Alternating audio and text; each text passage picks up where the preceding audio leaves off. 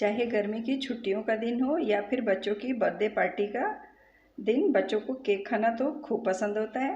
तो आज मैं एक ऐसी रेसिपी लाई हूँ जिसे आप बच्चों की छोटी मोटी भूख के लिए या फिर बर्थडे पार्टी के लिए इसे आप बना सकते हैं। इसे बनाना भी बहुत ही आसान है। इसे बनाकर आप अपने बच्चों को देंगे तो वो एकदम से खुश हो जाएंगे। तो चलिए हम आज की रेसिपी बनाते हैं। इसके लिए हमें चाहिए होगा पौना कटोरी स्वीट कॉर्न, और इसे हम मिक्सी जार में डाल के इसे दरदरा सा पीसेंगे। इसे हम दरदरा ही पीसेंगे, बारीक नहीं पीसेंगे।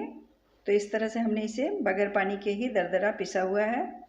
और इसके बाद हम इसे एक साइड में रख देंगे। इसके बाद हम लेंगे 8 से 10 काजू और थोड़े से अखरोट, और इसके बाद लेंगे थोड़े से बिना बीज वाले खजूर ले लेंगे, और इन सब चीज़ों को बिल्कुल ही बारीक बारीक सा काट लेंगे, या आप चाहें तो चॉपर में चॉप्ड भी कर सकते हैं। तो नमस्कार दोस्तों, आपका स्वागत है आपके अपने यूट्यूब चैनल खाओ बनाओ किचन में।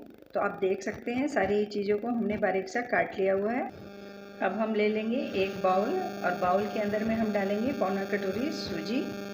हमने पौना कटोरी ही कॉर्न लिया हुआ था, कॉर्न को पीस करके तैयार किया हुआ है।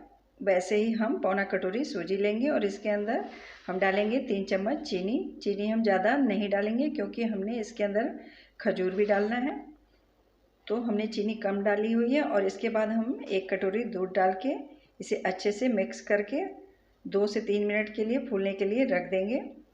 और तो चीनी दूध में सूजी को अच्छे से घोल लेने के बाद इसके अंदर जो पिसा हुआ कॉर्न है उसे भी बढ़िया से मिक्स करके इसके घोल को तैयार कर लेंगे। तो आप इसे देख सकते हैं, इसे हमने न तो ज़्यादा पतला घोला हुआ है और ना ही ज़्यादा ये ठीक है, बिल्कुल ही मीडियम सा हमने इसे घोला हुआ है। अब इसके अंदर हम कटे हुए अखरोट, काजू और खजूर को डाल के बढ़िया से मिक्स करके तैयार कर लेंगे। इस केक को बनाना बड़ा ही आसान है। इसे बनाने के लिए आपको सोचना नहीं पड़ेगा। सूजी और ड्राई फ्रूट तो सभी के घर में होता ही है। अगर आपके पास कॉर्न न हो तो आप इसे स्किप भी कर सकते हैं। तो जब भी छोटी मोटी बच्चों को भूख लगी हो, आप फटाफट से बिल्कुल ही ताज़ा ताज़ा बनाकर इसे आप अपने बच्चों को खिला सकते हैं। तो अब इसके अंदर हम 3 इलायची का पाउडर डालेंगे और इसे भी बढ़िया से मिक्स कर लेंगे। आप चाहें तो इलायची का पाउडर न डालना चाहें तो न डालें। इसके अंदर 1 चम्मच या 2 चम्मच चॉकलेट का सिरप या चॉकलेट पाउडर भी यूज कर सकते हैं, आप अपने मन मुताबिक फ्लेवर के हिसाब से। इसके बाद हम इसके अंदर डालेंगे आधा चम्मच बेकिंग पाउडर, और इसे खूब बढ़िया से मिक्स करके इसे एक साइड में रख देंगे। तो केक का घोल खूब बढ़िया से तैयार हो गया है। अब हम इसे पकाने के लिए लेंगे एक साइज की कटोरी, और इसे सबसे पहले सारी कटोरियों को ग्रीस कर लेंगे। और फिर ग्रीस करने के बाद हमने एक स्टीमर की जाली ली हुई है और सारी कटोरियों को जाली के अंदर इस तरह से डाल देंगे। आप चाहें तो कटोरी में पहले घोल को डाल करके भी जाली के अंदर रख सकते हैं, लेकिन हमने जाली में पहले कटोरी डाल दी हुई है। इसके बाद कटोरी के अंदर 1 से 1.5 चम्मच हम घोल को इस तरह से डाल देंगे। तो सारी ही कटोरियों को हम अच्छे से फिल करेंगे। और हमने दूसरी साइड अपनी आंच पे स्टीमर में पानी भी रख दिया हुआ है, उसके अंदर में स्टीम बनने लग गया है। तो अब अपनी कटोरी में हम ऊपर से 2-2, 3-3 टुकड़े काजू के और अखरोट के, साथ ही में 2-2, 3-3 दाना किशमिश के, और साथ में थोड़ी सी टूटी फ्रूटी डाल के अच्छे से इसकी गार्निशिंग करके इसे पकने के लिए रखेंगे स्टीमर में।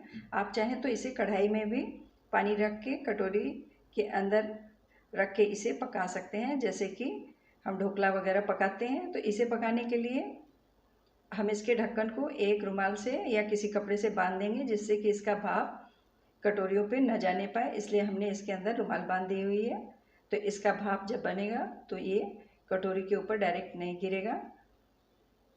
तो इस तरह से हमने ढक्कन में रुमाल लगा करके इसे ढका हुआ है।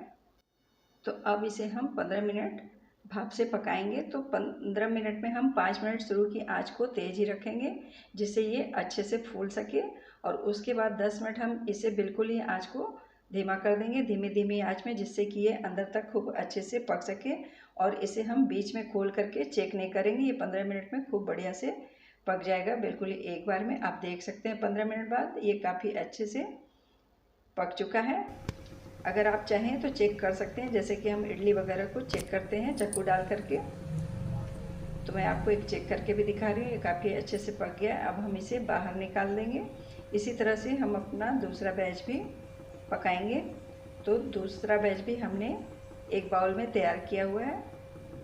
सारी कटोरियों को बाहर निकालने के बाद हम दूसरा बैच भी सेम तरीके से ढक्कन में रुमाल लगा करके इस तरह से इसे भी बाउल के अंदर रख करके पकाएंगे। तो हमने दूसरा बैच भी स्टीम होने के लिए रख दिया हुआ है और ये सारी कटोरियाँ भी अच्छे से ठंडी हो चुकी हैं और दूसरा बैच भी बढ़िया से तैयार हो चुका है। तो इसे भी हम बाहर निकाल लेंगे और पहले निकाली हुई कटोरी से इसे हम चम्मच की सहायता से इस तरह से बाहर को निकाल लेंगे।